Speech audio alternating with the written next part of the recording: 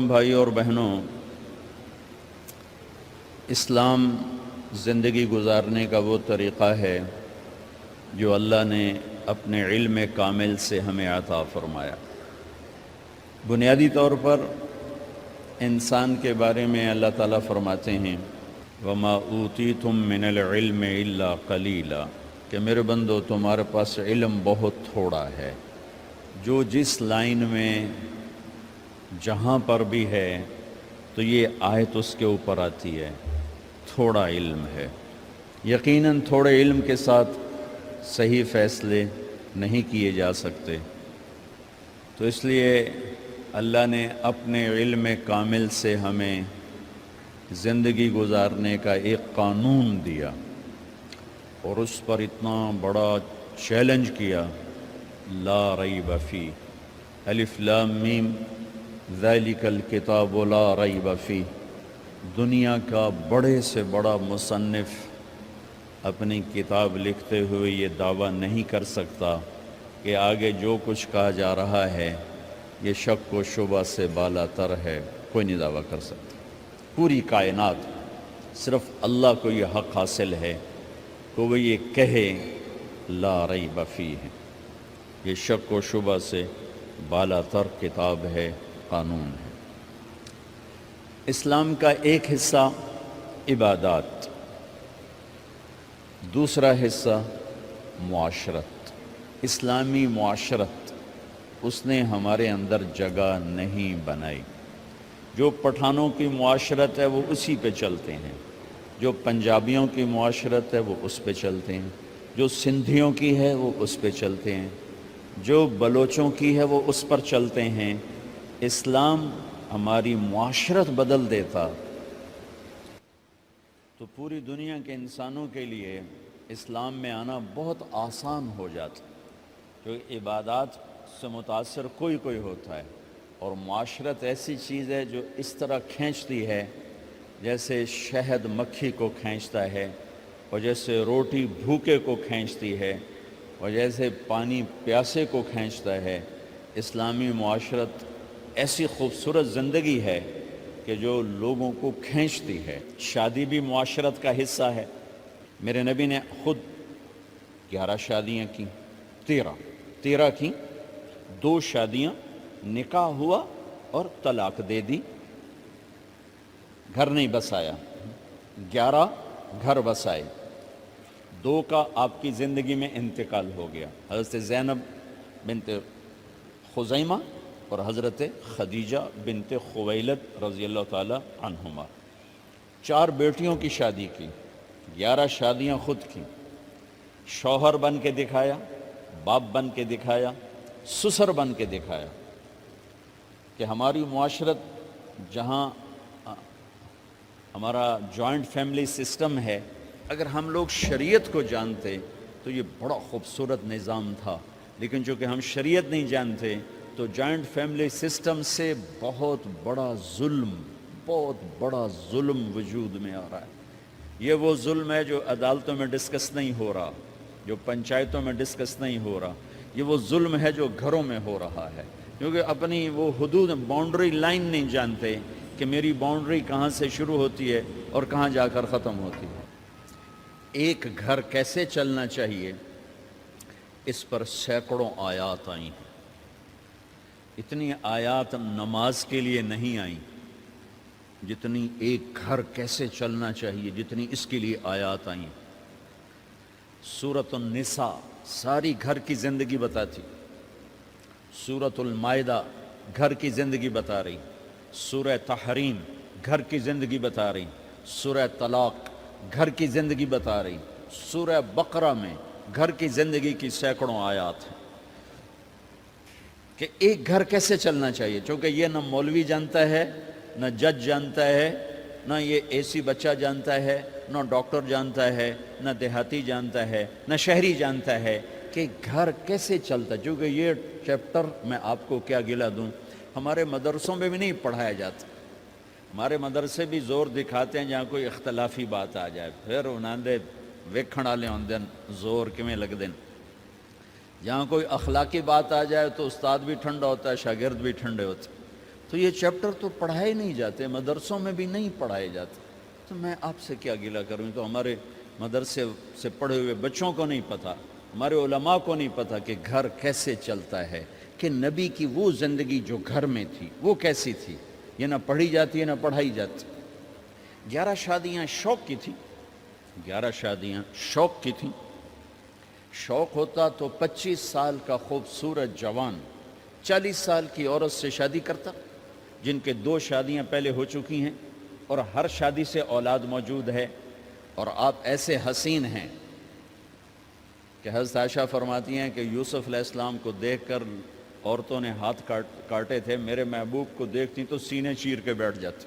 اور ام معبد ایک بدو عورت نے آپ کا حلیہ بیان کیا تھا، رأیت رجلا ظاہر الوضاء ابلج الوجہ، میں نے ایک جوان دیکھا یوں لگا جیسے چاند زمین پہ اتر آیا۔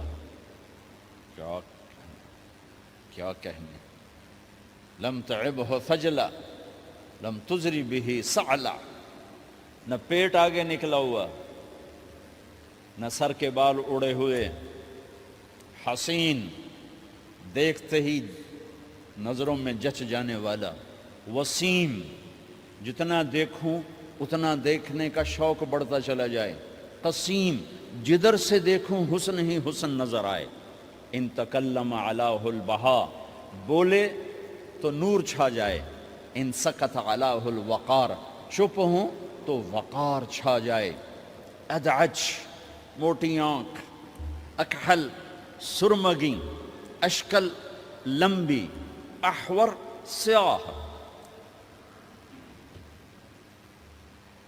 اہدب، پلکیں دراز، فی عینیہ دعج، آنکھوں میں ایک کشش، فی صوتہ سحل، آواز میں جادو، فی عنقہ سطع، گردن سراہی دار، فی لحیتہ کثافہ، داڑھی بڑی خوبصورت، سہل الخدین، گال بڑے خوبصورت، نہ پچکے نہ ابھرے، ولیع الفم، ہونٹ جیسے گلاب کی پنکھڑی، براق الثنایا، دانت ایسے تھے مسکراتے تھے تو دانتوں سے نور نکلتا دکھائی دیتا تھا، عظیم الہامہ، بڑا سر، شدید سواد الشعر، سیاہ کالے بال، رجل الشعر، نیم گھنگریالے بال، واسع الجبین، چوڑا ماتھا، ازج الحواجب، بھمیں گول کمان جیسی، اشم، ناک یہاں سے اٹھا، اقن العرنین، آگے سے باریک،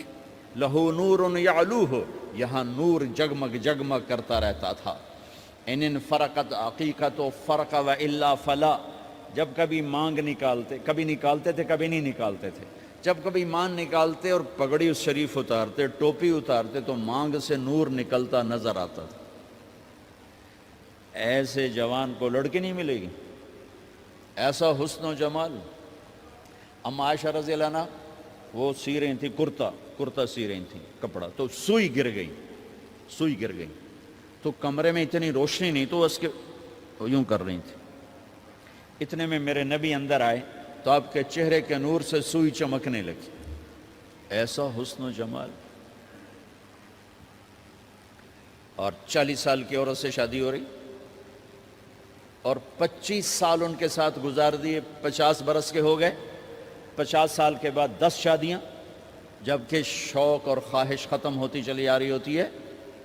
میرے نبی نے کہا ما زوجت وما تزوجت الا بوحی من السماء نزل به جبرائیل، فرمایا لوگوں میں نے جہاں شادی کی، میں نے جہاں بیٹی دی، پہلے آسمان سے وحی آئی پھر میں نے قدم اٹھایا، پھر فرمایا میں نے جہاں شادی کی، میں نے جہاں بیٹی دی، آسمان سے بشارت آئی کہ سب جنتی ہیں، سب جنتی۔ یہ شوق کی شادیاں نہیں تھیں، یہ امت کو سکھانے کے لیے۔ معاشرت کے احکام بارش کی قطروں کی طرح ہیں، نماز، روزہ، حج، زکوٰۃ کے احکام مختصر، 5 وقت نماز پھر چھٹی، سال میں 1 دفعہ زکوٰۃ پھر چھٹی، زندگی میں 1 دفعہ حج پھر چھٹی، لیکن 24 گھنٹے میرے ساتھ کوئی لگا ہوا ہے، میں کسی کے ساتھ لگا ہوا ہے، میرا کبھی روپ باپ کا ہے، کبھی خامد کا ہے، کبھی بھائی کا ہے، کبھی بیٹے کا ہے، کبھی سسر کا ہے، کبھی چاچے کا ہے، کبھی مخالف کا ہے، کبھی مسجد میں ہے، کبھی دکان پر ہے، کبھی جج کی کرسی ہے، کبھی اے سی کی کرسی ہے، کبھی قائد ہے، کبھی ماتحت ہے، کبھی افسر ہے، کبھی چپڑاسی ہے۔ میرے تو لاکھوں روپ ہیں، ہر روپ میں میرا اللہ کیا چاہتا ہے؟ بارش کے قطروں کی طرح احکام ہیں ہماری طرف۔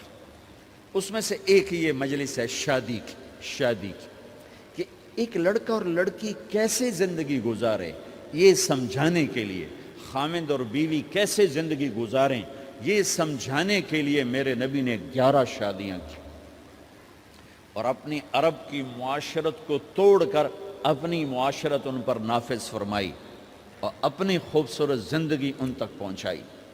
عرب میں عورت کو ذلیل سمجھا جاتا تھا، اب بھی کوئی خاص عزت کوئی نہیں ہے، تو میرے نبی نے فرمایا خیرکم خیرکم لأہلہ، سب سے بہترین مسلمان وہ ہے جو بیوی سے اچھا سلوک کرتا ہو۔ وما انا خیر لأہلی، اور تم سب میں میرا سلوک اپنی بیویوں کے ساتھ سب سے اچھا ہے، سب سے اچھا ہے۔ آپ مجلس میں تشریف فرما ہیں، تنہا نہیں بیٹھے ہوئے، لوگ بیٹھے ہوئے ہیں۔ ایک صحابی پوچھتے ہیں یا رسول اللہ آپ کو سب سے زیادہ کس سے محبت؟ آپ کو سب سے زیادہ کس سے محبت؟ سبحان اللہ، کیا زندگی سمجھائی ہے میرے نبی نے۔ بھائیو کچھ سیرت پڑھا کرو اللہ کے واسطے، صرف اخبار دے مگر ہی نہ لگے رہا کرو، میرے نبی کی زندگی کچھ پڑھا کرو، صحابہ کی زندگی پڑھا کرو، صحابیات کی زندگی پڑھا کرو۔ میرے نبی سے مسجد میں الگ نہیں، اکیلے نہیں، مسجد میں لوگوں کے سامنے ایک شخص پوچھتے ہیں یا رسول اللہ آپ کو سب سے زیادہ کس سے محبت ہے؟ آپ نے کہا عائشہ سے۔ ہمارے ماحول میں کوئی یہ کہہ سکتا ہے مجھے اپنی بیوی سے سب سے زیادہ پیار ہے؟ اس سے ویلے انہاں فتوہ لا بے ران مرید آ گیا ہی نہیں بھائی، آئے ویکھو بھائی زان مرید آ گیا جے۔ جس سے سب سے زیادہ محبت کرنی تھی اسی کو سب سے زیادہ ذلیل کرتے ہیں۔ دیکھو سب سے اہم رشتہ، میری بات غور سے سننا چونکہ ہمارا معاشرہ اس کو شاید ہضم نہ کر سکے تو آپ بھی نہیں کر سکیں گے، سب سے اہم رشتہ خامند اور بیوی ہے، سب سے مقدس رشتہ ماں باپ، سب سے مقدس رشتہ ماں باپ، لیکن سب سے بنیادی رشتہ خامند اور بیوی ہے۔ اللہ نے پہلا رشتہ جو دھرتی پہ قائم کیا وہ ایز اے ماں باپ نہیں، ایز اے خامند اور بیوی۔ آدم کو خامند بنایا، حوا کو بیوی بنایا، پھر انہی کو ماں باپ بنایا، انہی کو دادا دادی بنایا، انہی کو نانا نانی بنایا، انہی کو ساس اور سسر بنایا۔ سارے رشتے خامند اور بیوی سے جنم لیتے ہیں، آگے یہی دو رشتے روپ بدلتے ہیں۔ خامند اور بیوی کا رشتہ سب سے بنیادی ہے، سب سے اہم ہے، سب سے بڑا ہے، اور سب سے پہلا ہے اور سب سے آخری ہے۔ پہلا رشتہ بھی خامند اور بیوی کا قائم ہوا، اور دنیا میں بھی آخری رشتہ خامند بیوی رہ جاتا ہے۔ پتران دی شادی ہو گئی، دیاں دی بھی شادی ہو گئی، بڈھا بڈھی کلے بیٹھے۔ ہمارے دیس کی کہانی کیا میرے گھر کی کہانی؟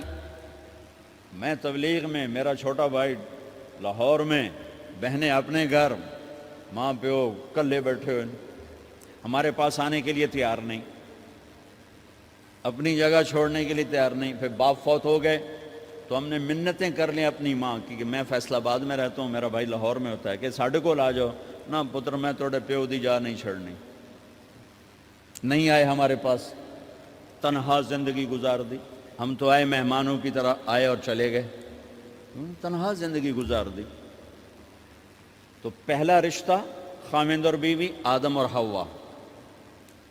پھر دنیا میں بھی اگر زندگی ہے، پہلے مر جائیں تو الگ بات ہے، اگر زندگی ہے تو پھر آخری رشتہ خامند اور بیوی، اور جنت میں جا کے ہمیشہ کا رشتہ خامند اور بیوی۔ ہر آدمی اپنی بیوی کے ساتھ اور ہر عورت اپنے خامند کے ساتھ جنت میں جوڑا جوڑا ہوں گے، بچے اپنی جنت میں، ماں باپ اپنی جنت میں، ساس سسر اپنی جنت میں، بھائی بہن اپنی جنت میں۔ جنت میں بھی خامند اور بیوی کا اللہ نے ساتھ بنایا ہے۔ یہ رشتہ سب سے اہم رشتہ ہے۔ اس رشتے کو باقی رکھنے کے لیے اللہ تعالیٰ نے سینکڑوں آیات اتاری، اور اس میں دخل اندازی کے لیے کوئی راستہ نہیں چھوڑا، اولاد کو بھی نہیں چھوڑا۔ کہ خامند اور بیوی کے رشتے کو، بعض بیویاں ایسی نادان ہوتی ہیں کہ اولاد کی محبت میں خامند کو ڈیگریڈ کرتی ہیں، بعض خامد ایسے نادان ہوتے ہیں اپنے ماں باپ کے احترام میں بیوی کو ذلیل کرتے ہیں، اپنے بہن بھائیوں کی سن کر اپنی بیوی کو مارتے پیٹتے ذلیل کرتے ہیں۔ یہ ہر گھر کی کہانی ہے۔ ان دونوں سے میرے اللہ نے روکا ہے۔ خامند اپنی بیوی کو سب سے زیادہ عزت دے، بیوی اپنے خامند کو سب سے زیادہ عزت دے۔ حقوق میں سب سے بڑا حق اب خامند اور بیوی کا ایک دوسرے کے ساتھ جوڑا گیا ہے کہ ان سے نسل چلنی ہے، ان سے نسل چلنی ہے۔ آپ حیران ہوں گے، بیوی کے ذمہ خامند کی روٹی پکانا شریعت نے نہیں لگایا، تو خامند کے ماں پیو کی روٹی کیسے ذمہ ہوگی؟ خامند کے بہن بھائیوں کی روٹی کیسے ذمہ ہوگی؟ کتنی بہنوں نے گھر اجاڑ دیے بھائیوں کے، کتنے ساس سسر نے اپنے بیٹے کے گھر اجاڑ دیے۔ یہ چاروں طرف پھیلی ہوئی کہانیاں بتا رہا ہوں، کوئی خواب نہیں سنا رہا ہوں، کوئی باہر کی زندگی نہیں بتا رہا ہوں، کہ جوائنٹ فیملی سسٹم بہت اچھا ہے اگر شریعت کا پتہ ہو، اور بہت برا ہے اگر شریعت کا پتہ نہ ہو۔ چڑا چڑی بھی اکٹھے ہوتے ہیں تو گھونسلہ الگ بناتے ہیں کہ ساس سورا کے دائیں سرتے نہ آ پاوے۔ ہمارے دوست ہیں مار ظفر حراج، میں تو ان کی بات سن کے حیران ہو گیا، مطلب کوئی دین کا پتہ کوئی نہیں، شریعت کا پتہ کوئی نہیں، بہت شریف آدمی، ہمارے قریب پڑوسی ذمہ دار ہیں۔ تو ان کے بیٹے کا نکاح پڑھا ہے، میں کہ جیسے ابھی عزیز کا نکاح پڑھا ہے نا، ان کے بیٹے کا نکاح تھا، تو ابھی مہمان نہیں آئے تھے تو ہم ایسے بیٹھے تھے، تو مجھ سے کہنے لگے مولانا صاحب میری بیگم میں نے آکھیا کہ گل سن آپ ہن ہنڈ گئے ہیں، ان کر میرے پتر دا گھر وکھرا بنا، او نوے اساں کہہ دی دھی لائے تے آئیے تو مڑ اساں ادھر تے سر تے بیٹھے ہوئیے، پہلے میرے پتر دا گھر وکھرا بنا، او دی ڈولی وکھری لایا تو مڑ میں شادی کرساں پتر دی۔ چلو وہ تو طاقت رکھتے تھے، انہوں نے الگ گھر بنایا۔ شریعت نے یہ عورت آنے والی لڑکی کا حق رکھا ہے کہ اگر خامند کے پاس طاقت ہے تو اس کو الگ گھر دے، اگر وہ ڈیمانڈ کرے کہ آپ مجھے الگ گھر لے کر دیں تو یہ ماں باپ کی نافرمانی نہیں، یہ حق تلفی نہیں، اس آنے والی کا حق ہے کہ اس نے تیری نسل کو سنبھالنا ہے۔ اگر یہ ساس کے بھی سنیں، سسر کے بھی سنیں، نندوں کے بھی سنیں، دیور کے بھی سنیں، پھر تیرے بھی سنیں، تو یہ تو پاگل ہے، یہ بچے کہاں سے پالے گی؟ یہ بچوں کی تربیت کب کرے گی؟ یہ تو دن کو روئے گی کہ سس ہے آکھے، رات کو روئے گی سو رہے آکھے، اگلے دن آکھے گی میں نے تو تیری بہن ہے آکھے ہے۔ تو اس کو تو بچے پالنے کا وقت نہیں۔ ہماری نسل کیوں برباد ہو گئی؟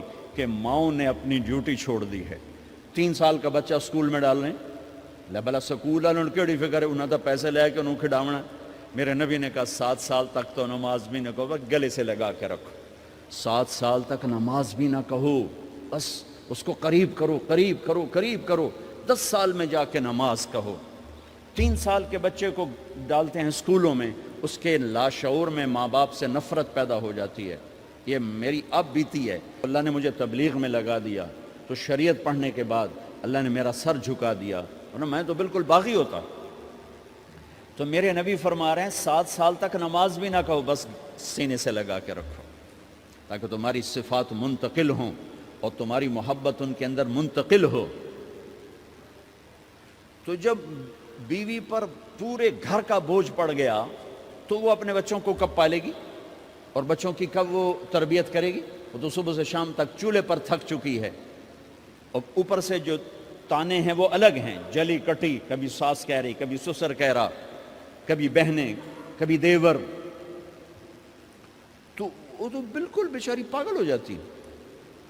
کہیں اس کا الٹ بھی ہوتا ہے، آنے والی ایسی آتی ہے کہ پورے گھر کو تباہ کر کے ماں باپ کو بھی دھکا دلا کے اپنے خامند کو لے کے نکل جاتی، ایسا بھی ہے لیکن یہ بہت کم ہے۔ ابتدائی رشتہ خامند اور بیوی ہے، خامند اور بیوی یہ ابتدائی رشتہ ہے۔ اللہ نے آدم کو بنایا اور حوا کو ساتھ بیوی بنایا، اولاد بعد میں دی۔ اور ایک اور بات، آدم کو بنا دیا مٹی کا پتلا کٹھا کر کے، مٹی کٹھی کر کے پتلا بنا دیا، 40 سال کے بعد روح ڈالی، چل بھائی جا جنت، اور اکیلے بھیج دیا، بیوی نہیں دی۔ حالانکہ اللہ چاہتا تو ساتھ ہی حضرت حوا کی مٹی کا ڈھیر بھی لگا دیتا، اس کا پتلا بھی تھپ دیتا، فرشتوں سے تھپوا دیتا، اور پھر 40 سال کے بعد دونوں کو کٹھا جنت میں ڈالتا۔ بہت سارے پیغام، اس میں بہت سارے پیغام، تاخیر ساتھ نہیں بنایا، دیر سے بھیجا، انتظار قدر کو بڑھانے کے لیے کہ عورت کی قدر کرنا، کمزور ذات ہے، کمزور مخلوق ہے، قدر کرنا۔ دوسرا، پہلے دن پتلا نہیں بنایا کہ ننگا پڑا ہو. عورت کا پتلا ننگا ہو، مٹی کا ہو، پتھر کا ہو، تو اس میں کیا کشش؟ تو ان مرد کے لیے کشش کوئی نہیں، تو فرشتوں کو کیا کشش تھی؟ پہلے دن سے عورت کو پردے میں بنایا، بے پرد نہیں کیا، بے پرد نہیں کیا، اس کا پتلا نہیں بنایا، اسے ننگا نہیں چھوڑا، اس کو پہلے دن سے کورڈ. اور کیسے بنایا؟ فرشتوں کو کی آنکھوں پہ پردہ اور آدم کو سلا دیا. آدم علیہ السلام سوئے ہوئے ہیں، فرشتوں کی آنکھوں کے سامنے پردہ ڈال دیا گیا. جب آدم اٹھے ہیں، اور ایک اور بات، جنت میں رہ کر بھی آدم علیہ السلام کا دل نہیں لگتا تھا، اداس اداس رہتے تھے. اماں آئی تو بابے دا دل لگا، تو اداس رہتے تھے جنت میں. جب آنکھ کھلی تو اپنے لیفٹ سائیڈ پہ ایک خاتون سر سے لے کر پاؤں تک لباس میں. آپ نے سنا ہے نا، یوسف علیہ السلام دنیا میں سب سے خوبصورت ہستی پیدا کیے گئے. یہ مردوں میں، عورتوں میں سب سے خوبصورت حضرت حوا کو پیدا کیا. کون ہے؟ کہتے ہیں اللہ کی آدم تیری بیگم. کون ہے تیری بیگم؟ نکاح پڑھایا. پھینکا آدم مہر ادا کرو. تو انہوں نے پوچھا کیا مہر دوں؟ تو وہاں تو سونا چاندی ڈھیر لگے پڑے تھے. اللہ تعالیٰ کہتے دا من سونا چاہ کے دے دے. میرے اللہ نے کہا تیری نسل میں میرا آخری حبیب آنے والا ہے، اس پہ ایک دفعہ درود پڑھ دے، یہ مہر ہے. سیدھے ہاتھ میں برکت ہے. پیدا کیا الٹی طرف سے. الٹی طرف سے کیوں پیدا کیا ہے؟ کہ الٹی طرف دل ہے، اور دل کے نیچے جو پسلی ہے وہاں سے پیدا کیا. اس میں پیغام کیا دیا کہ عورت جس روپ میں ہو، پہلا روپ اس کا بیوی بنا، پھر وہ ماں بنی، پھر اس آگے بیٹی کا روپ ہے، پھر بہن کا روپ ہے، پھر خالہ ہے، پھوپھی ہے، دادی ہے، نانی ہے، ساس ہے. جس روپ میں بھی عورت ہے اس کو دل کے قریب جگہ دو. یہ دل کے نیچے سے پیدا کرنے میں یہ پیغام دیا گیا ہے. اسے ذلیل نہ کرو، اسے خوار نہ کرو، اسے بے عزت نہ کرو، اس پر شدت نہ کرو. تو پہلا بنیادی رشتہ خامند اور بیوی ہے، اور آخری رشتہ بھی خامند اور بیوی ہے. لیکن اس وقت ہمارے معاشرے میں خامند سے زیادہ اس کے ماں باپ حق جتلاتے ہیں، خامند سے زیادہ اس کی بہنیں حق جلاتی ہیں، خامند سے زیادہ اس کے رشتہ دار حق جتلاتے ہیں، اور جھوٹی سچی شکایتیں لگا کر بیوی سے متنفر کرتے ہیں، اور کہیں بیوی کو خامند سے متنفر کرتے ہیں. آپس میں لڑائی لڑا کے پھر خوش ہوتے ہیں. میرے نبی سے پوچھا جائے یا رسول اللہ آپ کو سب سے زیادہ کس سے پیار ہے؟ تو آپ نے کہا عائشہ سے. اللہ، وہ جھینپ کے کہنے لگے نہیں، میں پوچھ رہا ہوں لوگوں میں آپ کو کس سے زیادہ پیار ہے؟ تو آپ کہتے ابو بکر سے. تو آپ نے پھر کہا ابوہا، مجھے عائشہ کے باپ سے زیادہ پیار ہے. پھر پہلے عائشہ کا، تو پھر کہتے ابو بکر. تو آپ نے کہا نہیں، ابوہا، مجھے عائشہ کے باپ سے سب سے زیادہ پیار ہے. یہ آپ کو میسج دیا ہے کہ گھر کی زندگی کیسے ہوتی ہے. کوئی عشق نہیں چڑھا ہوا تھا، میسج ہے نا. ام عائشہ چھوٹی عمر کی تھیں، ان کو آٹا گوندھ کے دیتے تھے، آٹا گوندھ کے دیتے تھے. پھر جب ان کو آٹا گوندھنا آ گیا پھر چھوڑ دیا. پھر ان کو سامنے بٹھا کر لقمے بنا کے کھلاتے تھے. پھر ام عائشہ رضی اللہ تعالیٰ عنہ کوئی گوشت کا ٹکڑا، وہاں بڑے بڑے گوشت کے ٹکڑے پکائے جاتے تھے، تو کوئی گوشت کا ٹکڑا اٹھایا اور ایسے 2-4 جگہ سے نوچا اور پھر رکھ دیا. سارا کھایا نہیں جاتا تھا، تو اللہ کے نبی اسی کو اٹھاتے اور حضرت عائشہ کو دکھا کر جہاں سے حضرت عائشہ نے نوچا ہوتا تھا وہاں سے یوں کاٹ کے دکھاتے تھے. پھر حضرت عائشہ رضی اللہ تعالیٰ نے گلاس اٹھایا پانی پینے کے لیے، جہاں ہونٹ لگائے پہ گلاس رکھ دیا. بڑے بڑے گلاس ہوتے تھے، تو حضرت ہمارے نبی اٹھاتے تھے، جہاں عائشہ کے ہونٹ لگے ہوتے تھے وہاں ہونٹ لگا کے پانی پیتے تھے. یہ آپ کو سکھانے کے لیے ہے. اپنے گھر والوں کے ساتھ بیٹھ کے کھانا کھاتے.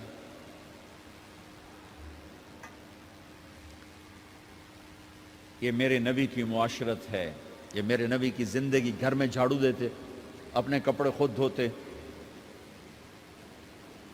کوئی چیزیں بکھری پڑی ہوتی تو بیوی کو نہیں ڈانٹتے، خود اٹھ کے سیٹ کر کے رکھ دیتے. گھر والوں کے ساتھ مل کر برتن دھوتے، صفائی کرتے، گھر والوں کے ساتھ مل کر. یہ میرے نبی کی ایک خوبصورت زندگی ہے بھائیوں بہنوں. ہم بھلا چکے ہیں. بیوی کے لیے خامند کو سب سے بڑا حقدار. بعض لڑکیاں ایسی نادانی کرتی ہیں کہ شادی کے بعد بھی اپنے ماں باپ کی آنکھ کو دیکھ کے چلتی ہیں. شادی کے بعد سب سے بڑا حق خامند کا ہے. شادی کے بعد سب سے بڑا حق خامند کا ہے. ماں باپ پیچھے چلے جاتے ہیں، بہن بھائی پیچھے چلے جاتے ہیں. لیکن یہ نادانیاں بھی دیکھنے کو ملتی ہیں کہ شادی کے بعد بھی ماں باپ اپنی بچی کو اپنے قابو میں رکھنے کی ترتیبیں سوچتے ہیں تو وہ بھی اپنی بچی کا گھر برباد کر دیتے ہیں. میرے نبی سے پوچھا گیا یا رسول اللہ عورت پر سب سے زیادہ کس کا حق ہے؟ تو آپ نے فرمایا اس کے خامند. ایک خاتون ہے، یا رسول اللہ میری شادی ہو رہی ہے تو میرے اوپر میرے خامند کا کیا حق ہے؟ تو آپ نے ارشاد فرمایا تیرے خامند کے جسم پر زخم ہوں، زخموں میں پیپ پڑ جائے اور تو اپنی زبان سے چاٹ چاٹ کے زخم صاف کرے تو تو نے اپنے خامند کا حق ادا نہیں کیا. خامند کو سمجھایا کہ سب سے بہترین مسلمان وہ ہے جو بیوی سے اچھا سلوک کرتا ہے، اور میرا سب سے اچھا سلوک ہے اپنی بیویوں کے ساتھ.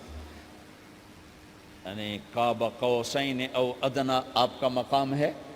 اللہ پاک کا دیدار اپنی آنکھوں سے کیا ہوا ہے، اور آپ ہمیں معاشرت سکھا رہے ہیں کہ ایک جہاد کے سفر سے واپس آ رہے ہیں. ہم عائشہ ساتھ ہیں تو آپ نے صحابہ سے کہا بھئی آگے چلے جاؤ. وہ سارے آگے چلے گئے. جب سارے نظروں سے غائب ہو گئے تو آپ نے کہا عائشہ دوڑ لگاؤ گی میرے ساتھ؟ عائشہ نے نہیں کہا، میرے نبی نے کہا دوڑ لگاؤ گی؟ آج کل کا کوئی علامہ بھی یہ نہیں کرے گا. عائشہ دوڑ لگاؤ گی میرے ساتھ؟ کہا جی لگاؤں گی. تو دوڑ لگائی.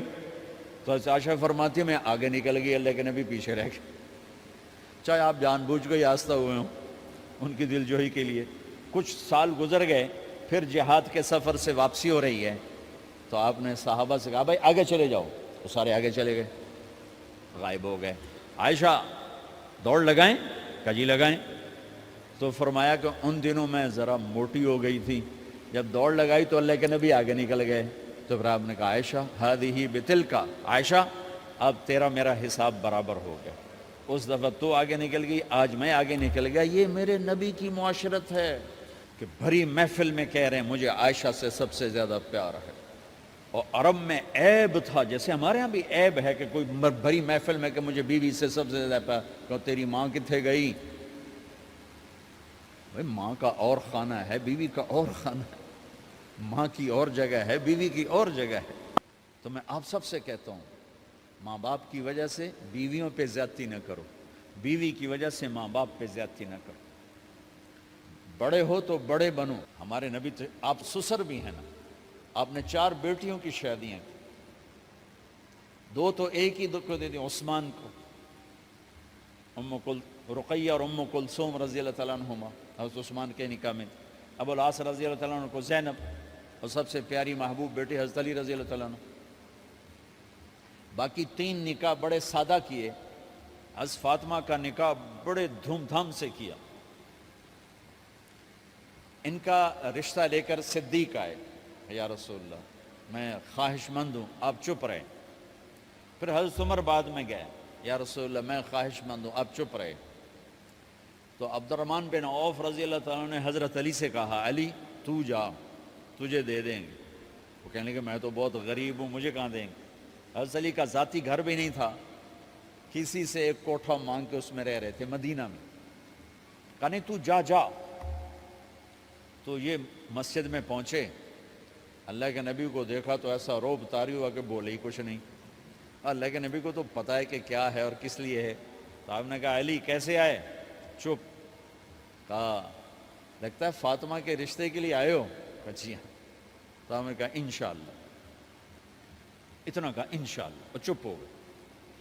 تو حضرت علی چپ کر کے اٹھ کے باہر آ گئے. صحابہ باہر کھڑے ہوئے تھے. تو کہنے لگے یار دیکھا نا، میں تمہیں پہلے ہی کہتا تھا مجھے نہ بھیجو، انکار ہو گیا، بولے ہی کچھ نہیں. تو حضرت عبد الرحمن بن عوف کہنے لگے جنہوں نے بھیجا تھا وہ کچھ تو کہا ہوگا، کہ بس انشاءاللہ کہا. کہا تو اللہ کے بندے ہاں ہو گئی، نبی کی انشاءاللہ ہاں ہوتی ہے. یہ ہاں کیوں نہیں کی؟ سبحان اللہ، اللہ اکبر، یہاں کیوں نہیں کی؟ گھر گئے، فاطمہ علی کا رشتہ آیا ہے کر دوں، اس لیے ہاں نہیں کی۔ ہم تو بیٹیوں سے پوچھتے ہی نہیں، عیب سمجھتے ہیں بیٹیوں سے پوچھنا، جی میں گاں نو بن چھڑیا قلعے نال، ایویں اسی دیاں نو بن چھڑنے قلعے نال۔ مجھے ایک اپنی مطلب برادری لیول کے ایک خاتون کا فون آیا کہ مولانا پڑھایا مجھے لاہور میں اچھے کالجوں میں، اور میری منگنی کرتے وقت مجھ سے پوچھا ہی نہیں، اور ایک شرابی سے منگنی کر کے مجھے اطلاع دی سی تیری منگنی کر چھڑی ہے، فلانی تاریخ نو تیرا نکاح بھی ہونا ہے۔ مجھے آج تک گلہ ہے، پوچھ لیتے۔ اگر نہیں پوچھا تھا چلو میں انہاں ساڑھے پنجاب کوئی نہیں پوچھ دے، گاں موج دی طرح ٹور چھڑ دین، تو چلو اتنا تو ویکھ لیندے بھی کم از کم شراب تو نہ پیندا ہویا۔ ایک شرابی نال میرا نکاح کر چھڑ، ساری زندگی اڈیاں رگڑ رگڑ میری گزر گئی۔ علی جیسا رشتہ آیا ہو تو اوپر سے حکم بھی آ چکا ہو کہ علی کو ہی دینا ہے، تو پھر آپ فاطمہ سے پوچھیں فاطمہ تیرا رشتہ آیا ہے علی کا کر دوں؟ حضرت فاطمہ نے ہاں کی تو پھر مسجد تشریف لائے۔ یہ آپ کو معاشرت سکھائی جا رہی کہ بیٹیوں سے بھی پوچھو، زندگی انہوں نے گزارنی ہے، تم نے تو نہیں گزارنی۔ بس میری غیرت دا سوال ہے، میں اتنا ہی کرنا نہیں تو بیٹھی رہے۔ میری اپنی فیملی میں اتنی عورتیں بوڑھی ہو کے قبروں میں چلی گئیں، بس اتنا ہی کرنا نہیں کرنا تو بیٹھی رہے، وہ بیٹھی رہ گئیں۔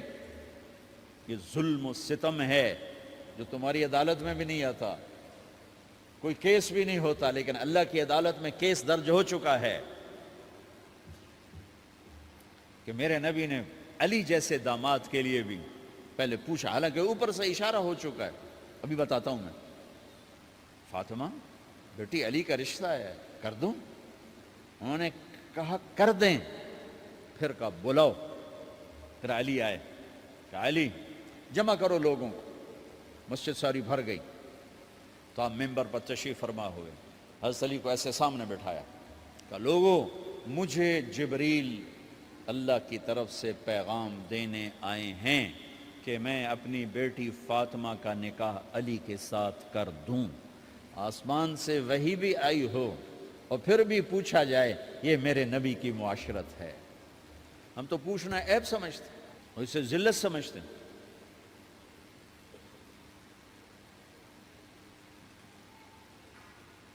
پھر آپ نے اتنا بڑا اہتمام کیا، مسجد نبوی پرانی جو آپ کے زمانے کی تھی، بہت بڑا ہال تھا، اس کا بھرا ہوا تھا۔ آپ نے سب کو شہد کا شربت پلایا، خود نکاح پڑھایا، نکاح کا خطبہ پڑھ کیا، پھر کہا علی میں نے فاطمہ بنت محمد کو 400 درم مہر کے عوض تمہارے نکاح میں دیا، تو نے قبول کیا؟ انہوں نے کہا جی میں نے قبول کیا، اور سجدے میں چلے گئے اور زور سے دعا مانگی، رب اوزعنی ان اشکر نعمتک التی انعمت علی وعلی والدی وان اعمل صالحا ترضاہ واصلح لی فی ذریتی انی تبت الیک واننی من المسلمین۔ میرے نبی نے کہا آمین، زور سے کہا آمین۔ نکاح ہو گیا۔ رخصتی ہوئی 6 مہینے بعد، 1 مہینے بعد، 1 سال بعد، 3 روایات ہیں، فوراً 4 روایات، لیکن زیادہ صحیح ہے دیر کے بعد، فوراً نہیں ہوئی، کچھ عرصے کے بعد رخصتی ہوئی۔ حضرت عقیل آپ کے بھائی وہ کہنے لگے علی اب رخصتی ہو جانی چاہیے، تو یہ دونوں مل کر آئے سلمان فارسی کے پاس کہ سلمان بھائی ہماری رخصتی کروا دو۔ سلمان فارسی کا بڑا احترام تھا، انہوں نے جا کر بات کی ام سلمہ رضی اللہ تعالیٰ عنہ سے۔ ام سلمہ نے بات کی اللہ کے نبی سے، کہا ہاں آ جائے لے جائے، آ جائے لے جائے۔ تو علی رضی اللہ تعالیٰ عنہ اپنی اونٹنی لے کر آئے، تو حضرت علی کا گھر وہ کرائے پر گھر تھا ایک کونے پر، تو وہاں اسماء بنت امیس اور ام ایمن گئیں اور اس کے فرش کو لیول کیا، فرش میں سرخ مٹی ڈال کے اس کو لیول کیا اور دیواروں کی پوچا پاچی کی، اور وہاں کھوٹیاں لگائیں کپڑے ٹانگنے کے لیے۔ آپ نے حضرت عائشہ اور حضرت ام حبیبہ، حضرت ام سلمہ سے فرمایا تمہیں پتہ ہے نا مجھے فاطمہ سے کتنا پیار ہے، اسے دلہن بناؤ. دلہن بنانا بھی سنت ہے. دلہن بناؤ، اسے دلہن بناؤ. تو آپ کو دلہن بنایا گیا. پھر علی رضی اللہ تعالیٰ عنہ تشریف لائے سلمان فارسی اور عقیل کے ساتھ. اونٹنی کو دروازے پر بٹھایا تو آپ نے علی کا ہاتھ پکڑا، اندر تشریف لے گئے اور فاطمہ کا ہاتھ پکڑ کے علی کے ہاتھ میں دیا اور کہا بیٹی مجھے اپنے خاندان میں جو سب سے زیادہ محبوب تھا میں نے تیرا ہاتھ اس کے ہاتھ میں دیا ہے. پھر کہا علی تجھے نبی کی بیٹی مبارک، نبی کی بیٹی مبارک. پھر آپ نے سے پیالے میں پانی منگوایا اور اس میں آخری 2 سورتیں پڑھ کے دم بھی کیا، تھوک بھی ڈالا. پھر اس میں سے انگلیاں ڈال کے ان کے سینے پر چھڑکا کہ دونوں پی لو. دونوں کو پلایا. پھر باہر تک چھوڑنے آئے. حضرت علی نے آپ کو اونٹنی پہ بٹھایا. آپ نے 2 عورتوں کو ساتھ بھیجا، ام ایمن اور اسماء بنت عمیس. یہ چھوٹی سی بارات جا کر علی کے گھر اتری اور آپ نے حضرت علی سے فرمایا کہ میں عشاء پڑھ کے آؤں گا، میرا انتظار کرنا ہے. تو عشاء کی نماز کے بعد آپ تشریف لے گئے. آپ نے دوبارہ پیالے میں پانی منگوایا اور اس پر آخری 2 سورتیں پڑھ کے دم کیا. پھر ان کے سینے پر چھڑکا، یہاں بازوؤں پر چھڑکا اور کمر پر چھڑکا اور دعا دی اللہم اسد جدہما وجمع شملہما وبارک علیہما واخرج منہما ذریۃ صالحہ. یہ دعا دی آپ نے اس وقت کہ میرے مالک ان کے جمع ہونے میں برکت عطا فرما اور ان کو سعادتیں عطا فرما اور ان کو نیک اولاد عطا فرما. یوں میرے نبی نے اپنی بیٹی کو رخصت فرمایا. اگلے دن آپ نے حضرت علی کو بلا کے فرمایا علی ولیمہ بھی کرنا ہے. کہنے لگے یا رسول اللہ میرے پاس تو کچھ نہیں. تو آپ نے کہا تو سعد بن ابی وقاص کہنے لگے یا رسول اللہ میرے پاس ایک چھترا کھڑا ہے، چھترا لاؤ. ذبح کیا گیا. آپ نے اس میں چھوارے ڈلوائے، قورمہ بنوایا، قورمہ. اور اپنی طرف سے حضرت علی کو پیسے دیے کہ جاؤ چھوارے، گھی، شہد خرید کے لاؤ. تو علی رضی اللہ تعالیٰ نے 5 درم کے چھوارے خریدے اور 3 درم کا شہد خریدا اور 1 درم کا گھی خریدا. 9 درم تھے ٹوٹل. تو آپ نے کافی سارا آ گیا تو چھواروں کی گٹھلیاں نکلوا کے ان کو پسوایا، پھر شہد اور گھی میں ملایا اور ایک سویٹ ڈش تیار کی اور اس کو حضرت علی کے ولیمے میں آپ نے اپنی طرف سے پیش کیا. تو اس دن تازہ روٹی جو کی پکائی گئی اور دیگ پر میرے نبی خود بیٹھے کھانا کھلانے، تقسیم کرنے خود بیٹھے. اب ایک چھترا ہے، 13-14 کلو گوشت ہے، 15 کلو، تو 50 آدمی کھا لیں گے. آپ نے کہا سارے مدینے کو دعوت ہے. سارے مدینے والے جتنے بھی آئے اور میرے نبی خود دیگ سے نکال کے کھلاتے رہے. سارا مدینہ ولیمہ فاطمہ کا کھا گیا اور دیگ بھری پڑی تھی. تو ولیمے میں تکلف جائز ہے، سادگی بھی جائز ہے. سادگی بھی سنت ہے، تکلف بھی سنت ہے. ہاں جو ہماری خرافات ہیں، فضولیات ہیں، یہ تباہ کن ہیں، ان سے بچنا بڑا ضروری ہے. اور بھائیو کسی کی شادی ہو، اس بچے کی ہو رہی ہے، یہ افسر ہے، ایک ریڑھی والے کی ہو، کسی بھی گھر کی آبادی کا ایک ہی سبب ہے، وہ میٹھا بول ہے، وہ اچھا سلوک ہے. جس کی بیٹی کو لے جا رہے ہو اسے عزت دینا، اور یہ جو جا رہی ہے یہ ان کو اپنا ماں باپ سمجھے، اپنے خامند کے ماں باپ کو اپنے ماں باپ سمجھے. جاتے ہی لکیریں لگانا نہ شروع کر دے، میں انہوں وکھرا کرتے انہوں ایدے کرتے انہوں ایدے کر. وہ اپنے گھر کا ایک فرد بن کے زندگی گزاریں. جو لے کے جا رہے ہیں ان کے ذمہ ہے کہ اس کو بیٹی بنا کے لے جائیں. سسرال جو ہوتے ہیں وہ ہمیشہ عیب دیکھتے ہیں، خوبیاں انہیں نظر ہی نہیں آتی. تو کھٹ پٹ تو ہوتی رہتی ہے، کوئی ایسی بڑی بات نہیں. کھٹ پٹ کو صلح میں بدلو، مزید لڑائی جھگڑا نہ بڑھاؤ. میرے نبی حضرت فاطمہ کے گھر آئے، دیکھا تو آپ اداس بیٹھی. آپ نے کہا فاطمہ بیٹی کیا ہوا؟ کہ میرا اور علی کا جھگڑا ہو گیا. اچھا. خود گئے بیٹی کے باپ ہو کر، دیکھا تو حضرت علی مسجد میں سوئے ہوئے تھے. آپ نے ان کو اٹھایا، کہا یا ابا تراب قم، آپ کو یہ ٹائٹل یہاں ملا، اے ابو تراب. فرمایا کرتے تھے کل کائنات ملتی تو اتنی خوشی نہ ہوتی جتنا اس ٹائٹل کی خوشی ہے. ابو تراب کہنے کا کیا مطلب تھا؟ کہ اظہار محبت کے لیے ایسے ٹائٹل دیے جاتے تھے. تو ابو تراب کہہ کر یہ میسج دیا کہ میاں بیوی کی لڑائی ہوتی رہتی ہے، میں تجھ سے ویسے ہی محبت کرتا ہوں جیسے پہلے کرتا تھا. یہ میسج دیا اس نے. اب حضرت علی کو لائے اٹھا کر اور گھر میں تشریف لائے، نہ علی کی سنی نہ فاطمہ کی سنی. ہاں بھئی علی کی مسئلہ ہے، ہمیں فاطمہ کیا مسئلہ ہے؟ یہ مسئلے سن سن کے بھی زیادہ لڑائی ہو جاتی. صلح کراون والے بھی آپ ہو 2-4 لتر مار کے آ جاندے. تو میرے نبی نے کیا کیا؟ سبحان اللہ، زمین پر لیٹ گئے، ادھر علی کو لٹایا، ادھر فاطمہ کو لٹایا. علی کا ہاتھ اپنی ناف پہ رکھا، فاطمہ کا ہاتھ ان کے ہاتھ پہ رکھا، اور بیٹی کے ہاتھ پر اپنا ہاتھ رکھا. پھر فرمایا کہو ہماری صلح ہو گئی. علی کہو، فاطمہ کہو. دونوں نے کہا ہماری صلح ہو گئی. آپ اٹھے، خوش خوش باہر آئے، چہرہ ایسے گلاب کے پھول کی طرح. صحابہ نے عرض کی یا رسول اللہ آج آپ بڑے خوش نظر آ رہے ہیں. فرمایا علی و فاطمہ کی صلح کرا کے آ رہا ہو. تو کھٹ بٹ ہو جانا تو کوئی بڑی بات نہیں ہے، مطلب یہ وہ گھر ہے، میں اس گھر کی کیا تعریف کر سکتا ہوں. تو میں آگے کا ایک قول سنا دیتا ہوں ابن عباس کا کہ جنت میں نور کی چمک اٹھے گی. سارے جنتی کہیں گے یہ نور کیسا نور ہے بھائی جو ساری جنت کے نور پر چھا گیا؟ تو فرشتے بتائیں گے کہ او جنت الفردوس میں علی و فاطمہ بیٹھے ہیں، کسی بات پہ ہنسے ہیں، ان کے دانتوں سے جو نور نکلا ہے اس نے جنت کو روشن کر دیا. لیکن کھٹ پٹ یہاں بھی ہو گئی. ان سے بڑا گھر میرے نبی کا ہے، وہاں بھی کھٹ پٹ. ایک دفعہ آپ نے حضرت عائشہ سے کہا مجھے پتہ لگ جاتا ہے جب تو مجھ پہ ناراض ہوتی ہے، مجھے پتہ چل جاتا ہے. انہوں نے عرض کی یا رسول اللہ آپ کو کیسے پتہ چلتا ہے؟ کہ جب تو مجھ پہ ناراض ہوتی ہے نا تو قسم اٹھاتے ہوئے کہتی ہے ابراہیم کے رب کی قسم، اور جب مجھ پہ راضی ہوتی ہے تو پھر تو قسم اٹھاتے ہوئے کہتی ہے محمد کے رب کی قسم. کہ ایسے مجھے پتہ چل جاتا ہے جب تو کہتے ہیں نا ابراہیم کے رب کی قسم تو مجھے پتہ چل جاتا ہے کوئی کھٹ بٹ ہو گئی ہے. تو نبی کے گھر میں بھی ہو جاتی ہے. یہ مسئلہ تو ختم ہوگا جنت میں. ہمارے ذمہ ہے کہ ان چیزوں کو کم کریں. یہ ایک میرے نبی کی معاشرت ہے میرے بھائیوں، اسے سیکھو، اسے سمجھو، اسے پڑھو. تو بھائیوں میرا نبی ایک زندگی دے کر گیا ہے. یہ چونکہ شادی کا موقع ہے اس کو میں نے تفصیل سے بیان کیا ہے، اس کی تفصیل بیان ہی نہیں کی جاتی. یہ اتنی ضروری ہے جتنی نماز ضروری ہے.